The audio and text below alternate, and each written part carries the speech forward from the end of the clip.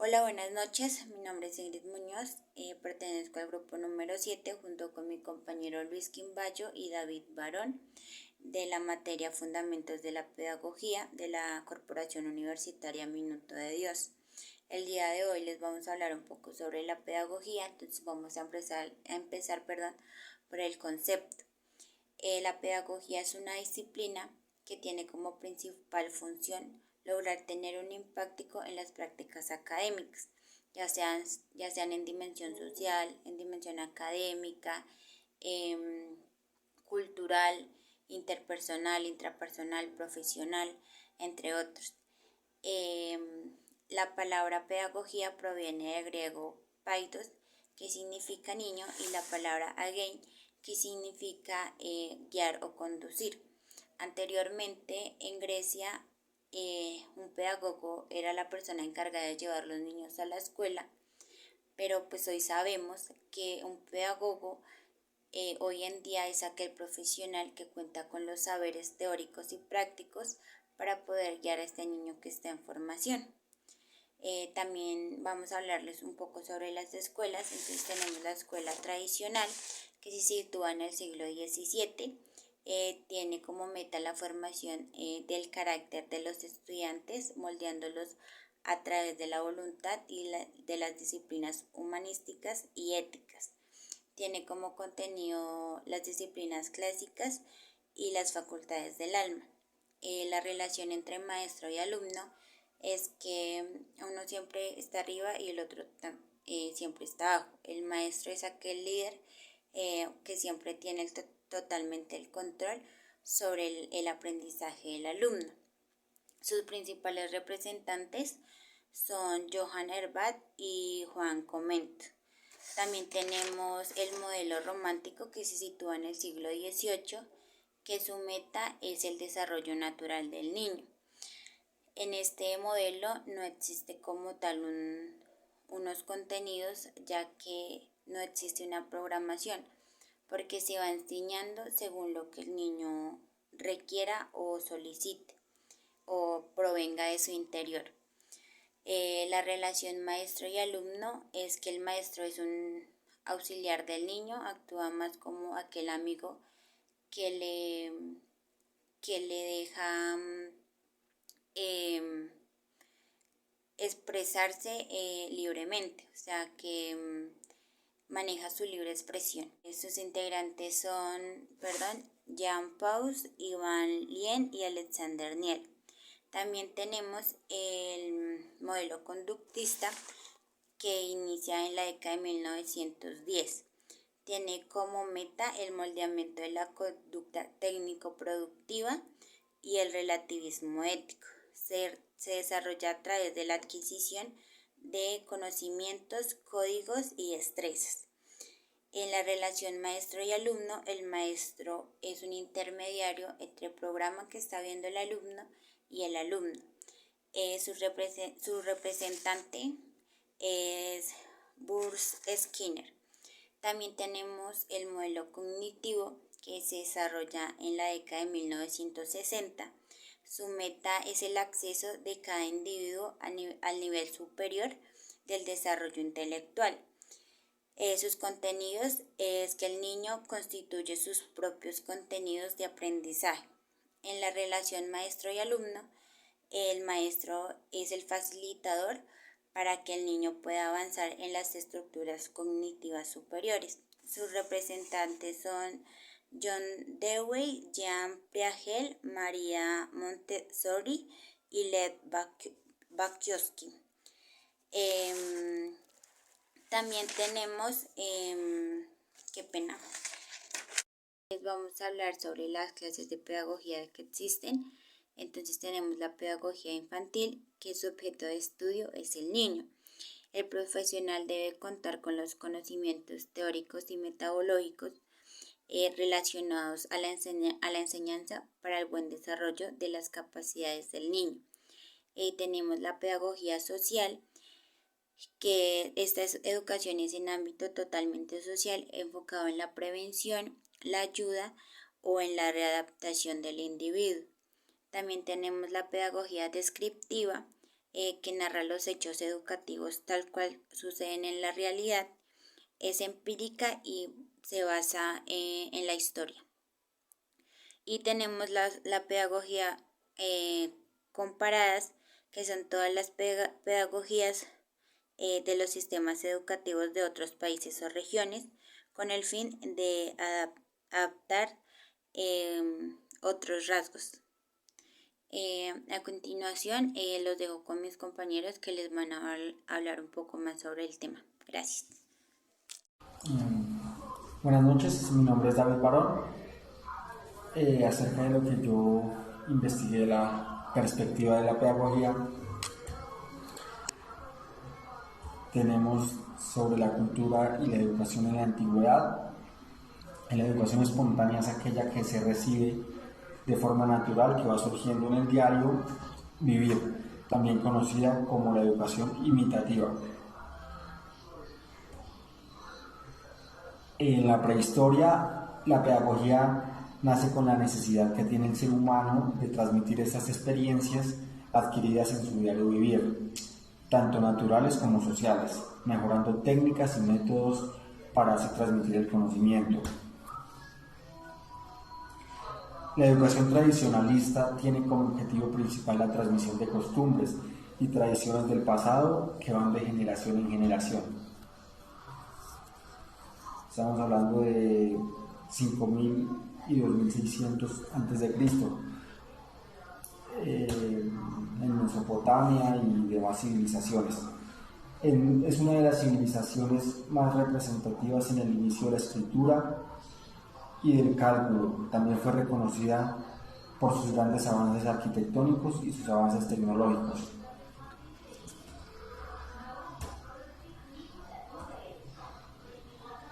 En las grandes civilizaciones igual la educación en Egipto era tradicionalista. Los padres transmitían ciertos principios de educación a los niños para que adquirieran ellos estas habilidades y conocimientos, con el cual el desempeño en su rol era heredado. La cultura egipcia se destacó en la escritura, en la geometría, en cálculo y también en su gran capacidad arquitectónica. En la India, la educación en la antigua India se vio envuelta por la religión hinduista, en el que el docente o maestro es el gurú, quien instruye, inicia y guía a su discípulo. Como gramática, astronómica, historia, matemáticas y derecho. El objetivo fundamental de esta educación en la India es la ignorancia. En China, la educación de la antigua China era de suma importancia para la vida. Se formaban en un ámbito moral, en lo intelectual. Dice que esta formación cultural era centrada en el aprendizaje, en la escritura y también en matemáticas.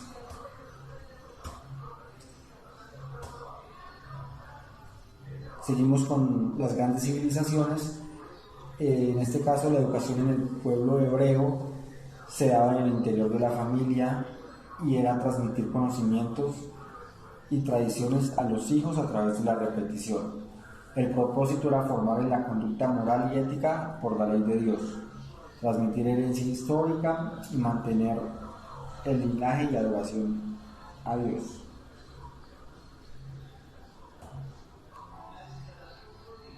Grecia. En Grecia tenía como objetivo alcanzar la perfección en el ámbito de la enseñanza, a través de disciplinas un poco distintas, como en este caso la música, la poesía, la literatura, la estética, la gimnasia y la filosofía.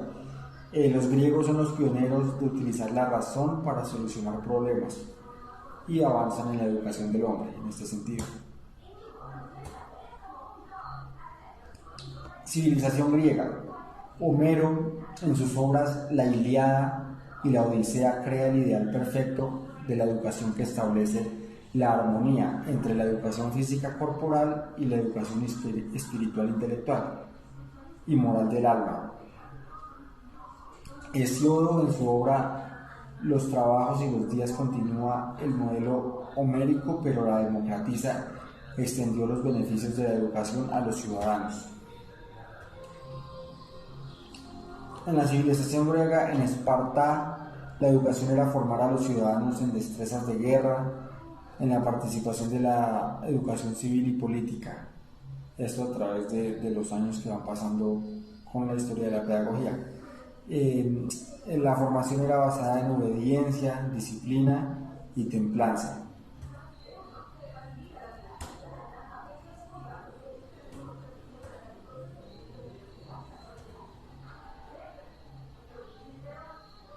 La civilización griega. En el estado de Atenas, la formación del ciudadano debería ser moral, espiritual y formar al alumno en mentalidad al servicio,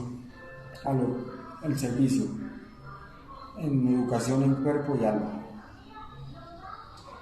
Sócrates ¿qué propuso? Propuso que los jóvenes que fueran ellos quienes encuentran en la vida el arte y la mayéutica. Si la educación es una enseñanza activa, su método era conversación y discusión para buscar la perfección hacia lo moral. Platón. ¿Qué nos dice Platón? Platón decía, retoma el pensamiento socrático en su relación con el otro filósofo Sócrates. Platón insistió en la importancia del juego en la educación del niño. La educación debe ser organizada por el Estado y corresponder a intereses de los grupos de filósofos y guerreros.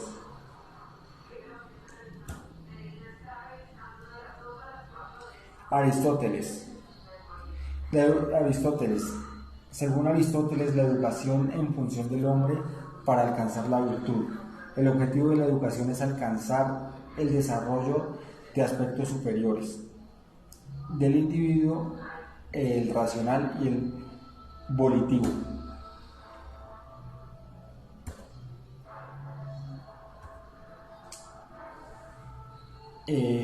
Seguimos con la época helenista.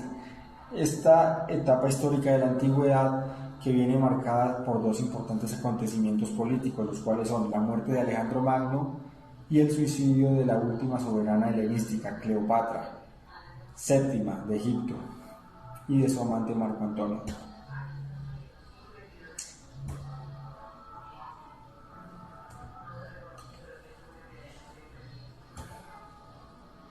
La época romana fue la época y el lugar donde se dio origen a la lengua latina, a la literatura clásica, a la organización del gobierno y a modalidades como la arquitectura.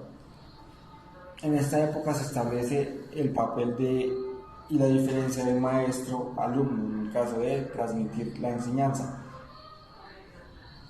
Con Marco Fabio Quintiliano, quien habla de las aptitudes de los niños. Considera que el fin de la educación es la formación del orador.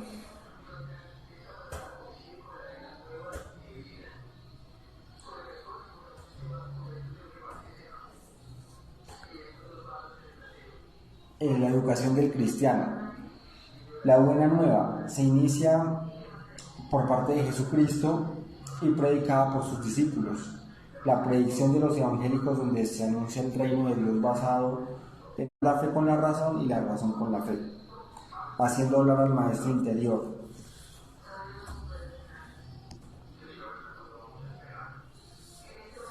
La educación en la Edad Media y la alta escolástica. En los siglos VII y VIII después de Cristo se produce una grave descontinuación de la actividad cultural de Occidente. Unas escuelas catedráticas dieron origen a la más importante historia cultural e institución como son las universidades. El problema fundamental de la escolástica es llevar al hombre a la inteligencia de las verdades reveladas.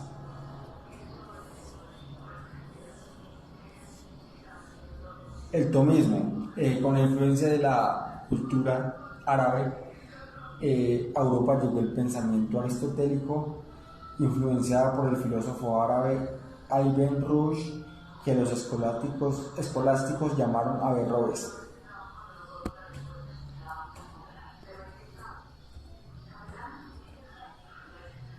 Bien, esto con respecto a la historia de la pedagogía, tenemos algunos tipos de la pedagogía, como lo son la infantil, pedagogía crítica, pedagogía conceptual, pedagogía social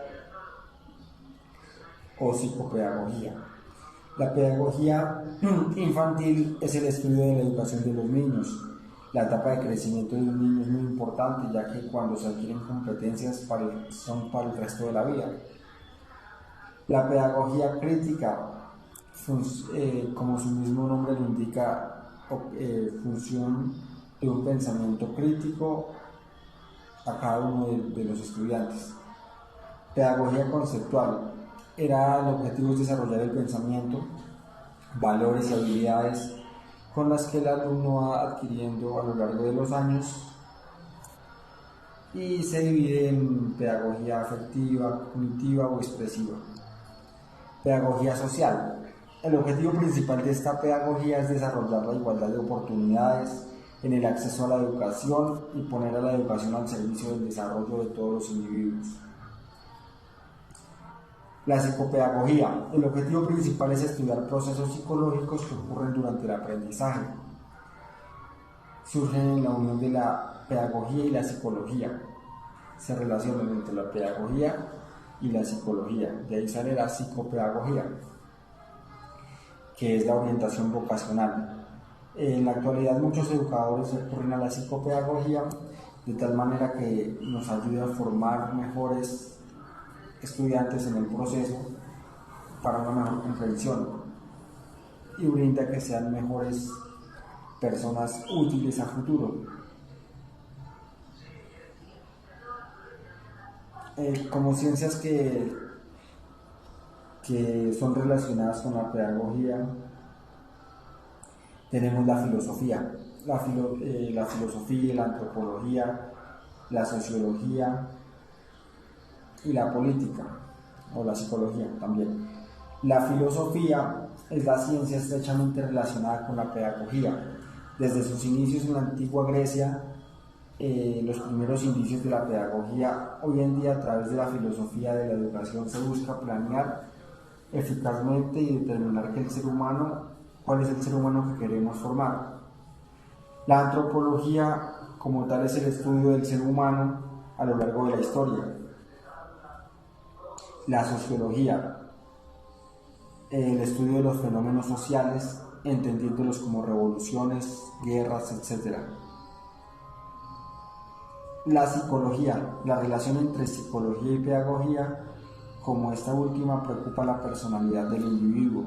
Se apoya con la psicología educativa porque estudia el comportamiento social e individual de los individuos a través de todas sus etapas de desarrollo, las cuales son infancia, adolescencia, adultez y vejez. Y la política establece normas para que la relación entre el Estado y la educación sea buena y tenga un buen funcionamiento. Además, la pedagogía y la política deben estar en coordinación para establecer los estándares mundiales y regionales. Esto con respecto a la historia de la pedagogía, las ciencias que son relacionadas y los tipos de la pedagogía. Muchas gracias por su tiempo, por su atención y hasta una próxima. Estimados compañeros, profesor, muy buenas noches, mucho gusto. Mi nombre es Luis Alberto Quimbayo. A mí me corresponde el tema de la psicología en la pedagogía. La psicología en los ámbitos educativos es la que se encarga de estudiar la forma en cómo se aprende y el desarrollo del aprendizaje en el ámbito de la educación.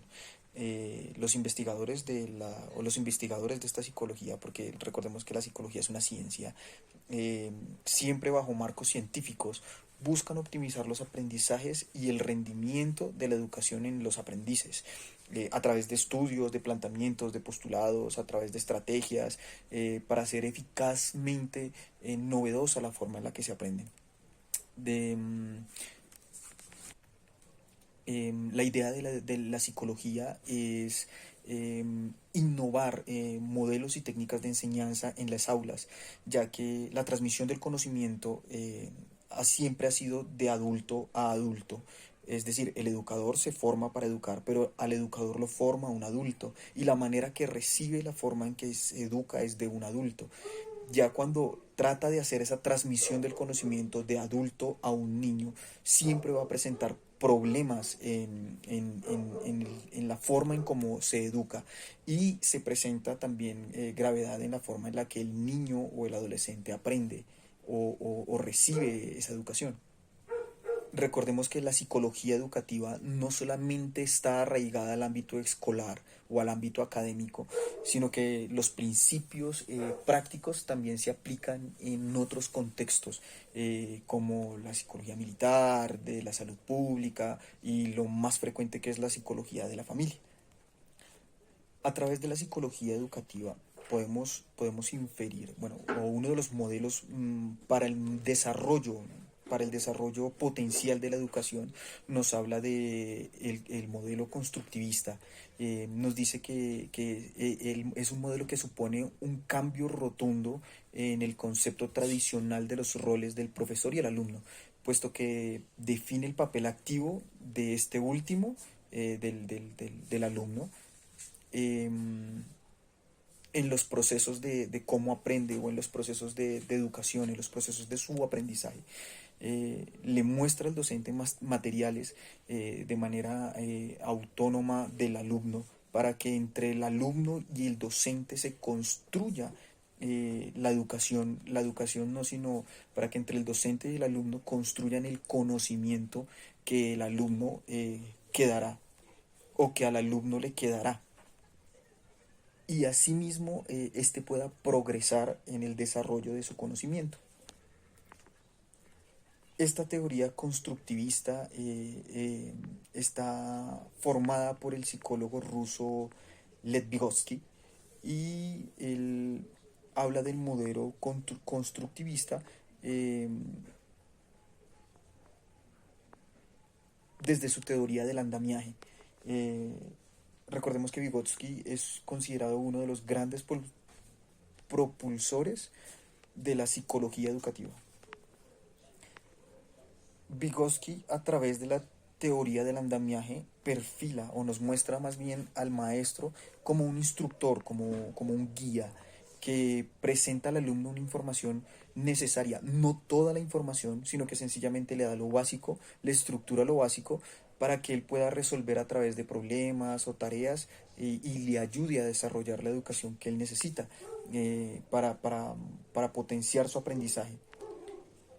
A través de este modelo de teoría, él le estructura al alumno, le estructura al aprendiz una serie de retos, una serie de ejercicios o una serie de tareas que motiven al niño, pero eso debe estar estructurado a través de conocimientos previos del alumno. Y ya mientras el alumno va, o el alumno, o el aprendiz, o el niño va resolviendo esa serie de problemas, esa serie de tareas, esa serie de conflictos que el docente le puede presentar, pues el docente como tal está solamente limitado a ofrecer apoyo para que el alumno por sí mismo alcance su objetivo. El señor Vygotsky nos dice que la función principal de un psicólogo educativo es mejorar el sistema de enseñanza a través de la innovación de nuevos modelos, de nuevas formas de aprendizaje, y lo divide en más o menos 3 competencias, que son las técnicas de evaluación e intervención psicoeducativas, el diseño de programas de adaptación curricular y proyectos educativos, y las habilidades para el asesoramiento y la orientación del profesional. A Henry Wallon, y él nos plantea a través de sus estudios psicopedagógicos que todo el contenido educativo, todo el contenido pedagógico ha sido planteado, ha sido estudiado, ha sido investigado por personas adultas. Nos dice que inclusamente ha sido elaborado, ha sido investigado por el adulto y cuya transmisión de conocimientos solo plantea problemas de mejor o peor técnica para el aprendizaje de nuestros niños. Este aprendizaje planteado por los adultos solamente nos plantea, en el momento de la transmisión de los conocimientos, plantea problemas de mejor o menor técnica de información. Eh, por el contrario, él nos dice que existen materiales cuyo característica, modo de ver, no depende de acontecimientos, no depende de particularidades que hayan resultado de múltiples decisiones individuales, sino de una investigación y de descubrimientos en el curso de los cuales la inteligencia humana se afirma con sus propiedades de universalidad y de autonomía. Entonces nos quiere decir que lo que busca él a través de la psicología pedagógica que él incluye es llevar a los niños al raciocinio de sus conocimientos, es decir, de preguntarse en el por qué, el cuándo, el dónde, y que no solamente sea una educación marcada por un solo ente. Este era el problema más marcado de la pedagogía contemporánea, que deseaba formar individuos capacitados para la invención y buscaba a través de este tipo de medios hacer progresar la sociedad, y esa necesidad de hacer sentirse cada vez estaba estaba claro que esa educación estaba basada en el descubrimiento activo de la verdad, pero de una sola verdad, o sea, de la verdad que solamente tenía el impartidor del conocimiento, y no por las verdades simples que podrían surgir a través del preguntarse el por qué, el cuándo, el dónde y el para qué. Entonces Henry Wallon los plantea más o menos desde el año 1935, que la psicología infantil ampliamente desarrollada responde de manera mucho más completa a ese problema. Responde desde tres puntos de vista, que son la elaboración de los programas de enseñanza, la naturaleza de la inteligencia o del conocimiento, el papel de la experiencia en la formación de las nociones y el mecanismo de las transmisiones sociales o lingüísticas que recurren entre el adulto o el educador y el niño, que es el receptor del conocimiento. Son tres. Entonces serían la naturaleza de la inteligencia o del conocimiento, el papel de la experiencia en la formación de las nociones y el mecanismo de las transmisiones sociales o lingüísticas del adulto al niño. Para Henry, la psicología educativa es una rama que se encarga de estudiar el aprendizaje y el desarrollo humano en el ámbito de la educación. La psicología, busca optimizar bajo la ciencia. Recordemos que la psicología es una ciencia. Busca optimizar la forma en cómo se aprende y el rendimiento académico del aprendiz. Bien, les estaré hablando también de la sociología. Dice que la sociología es el estudio de las humanidades y de los fenómenos que pueden encontrarse en esta, fenómenos religiosos, económicos, artísticos, todo lo que transversa, lo que transcurre la humanidad en circunstancias de la sociedad se determina, o sea, que en circunstancias de la sociedad todo lo que lo estudia se determina sociología. Ahora bien, en el ámbito de la educación, la sociología educativa es una filosofía eh, para el mundo académico y los procesos de formación. La sociología es una disciplina que consiste en el análisis de los factores y fenómenos culturales, artísticos, religiosos, políticos, todo lo que hablábamos que era la sociología anteriormente, y de otros tipos de las sociedades. Estudia a profundidad y genera a profundidad y general, ¿no? O sea, de manera global, estudia las poblaciones, las dinámicas, las interacciones y demás que pueden transcurrir en una sociedad a diario. La sociología educativa consiste en la vinculación de la investigación de los procesos académicos en el entorno con la finalidad de mejorar y comprender desde la dimensión social los actos educativos como tal. Esta disciplina ayuda a entender la forma en la que los niños, los jóvenes y los adultos interactúan con los entornos educativos, y a la misma vez le permite al investigador medir los impactos de la educación en ellos y en la sociedad en general. La sociología de la educación estudia varios ámbitos de esta, ¿no? Estudia la adaptación de los individuos, entonces mira y mide la educación, al igual pues que en el mundo no es de una sola manera, sino que mide cómo las personas aprenden o las diferentes formas en las que las personas aprenden, toma en cuenta esto para buscar un enfoque social, una manera de que la educación se pueda impartir eh, eh, de una manera lineal para todos. Mide también el desarrollo humano, mide la influencia social sobre la educación, la implicación de la educación en la familia o en la parte familiar, mide la importancia de la educación o lo que permea la educación en la área social, busca también planes académicos ajustados a las necesidades reales de la sociedad o de las personas que estudian o que buscan el aprendizaje como tal. A través de este tipo de mediciones también identifica los factores, las áreas, los riesgos, y busca cómo mejorar esas áreas para potencializar la educación una determinada población.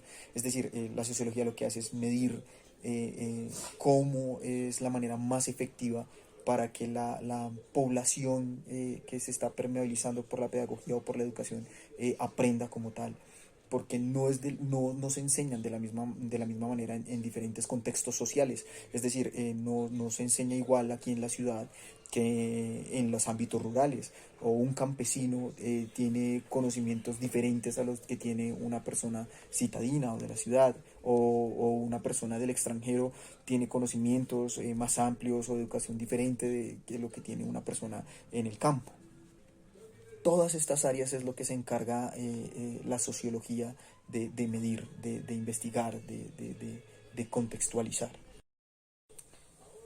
Ahora bien, hablemos de la política educativa. La política educativa está tomada como el conjunto de decisiones y acciones tomadas con el propósito deliberado de cambiar los procesos y productos en el sistema educativo. Es decir, es el conjunto de acciones del Estado que busca optimizar las prácticas llevadas al ámbito de la educación.